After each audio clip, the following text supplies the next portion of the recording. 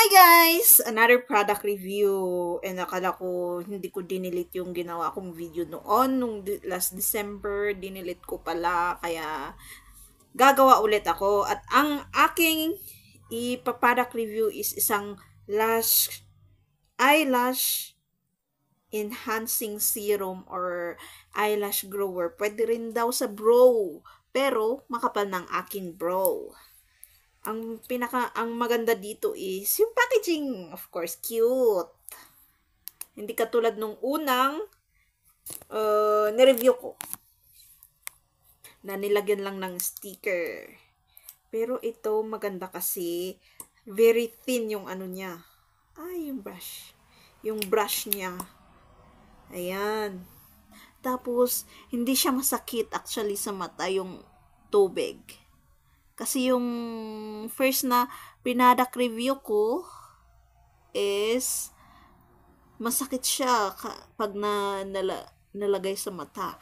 Mararamdaman mo yung yung parang lagyan ng sabon yung mata mo. So, ayan.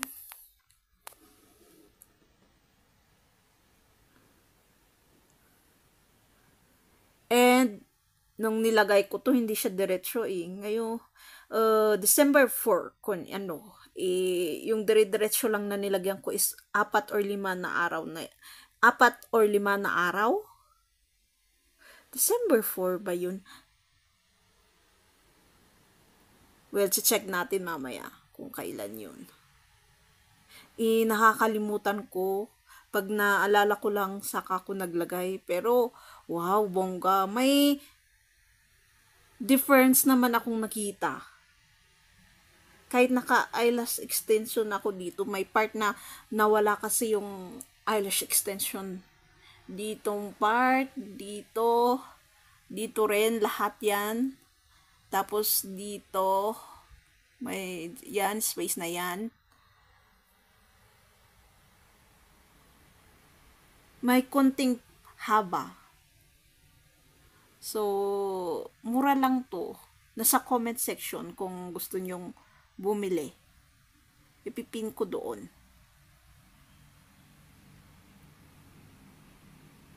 Ang ganda niya. Refreshing. Oh, excuse me. Refreshing sa mata. Malamig. Kasi yung una na binili ko is may pagka-oil. And pag nalagay sa mata, pati yung brush masakit. And nilalagyan ko dito rin sa baba. Yun lang, very thin kasi yung yung buhok ng aking mata. Yung eyelashes ko, kaya hindi ko masyadong mapansin. Pero pag pinicture ko, nakikita ko yung differences. Ayan Kahit ipasok ko yan, itusok ko tong brush friendly siya. Ayan. Napasok na yung yung brush sa mata ko. Ayan. Very friendly. Hindi siya masakit. And hindi siya oily. Sa feeling, lagay ko dito Feeling hindi siya oily. And parang dami pang laman Talagang natatansya siya kung yung ilang liquid or serum ang makukuha ng brush. So, kinuha ko tong video na to nung December 4, 2024, 7 p.m. Oops. Ayan, yung lashes. And punta tayo sa latest na. Kakukuha ko lang picture ngayon, January 1. Ayan. Ayan.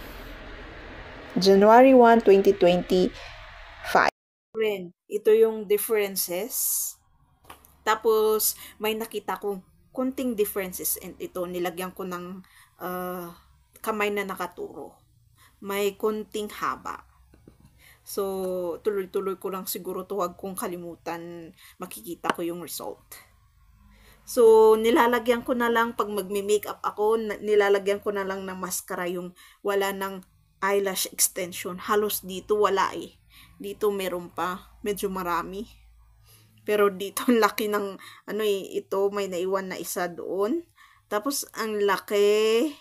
Tapos ito, yan lang ang naiwan. Tapos malaki ulit. Tapos ito lang. Ayan o, ito lang. Yan lang. Tapos ayan lang. Tapos dito, mas marami pang maiwan. Pero diretso dyan sa harap, ano na, natanggal na siya. Medyo madikit yung pagkakadikit sa aking eyelash extension. Ulit-ulitin nga natin.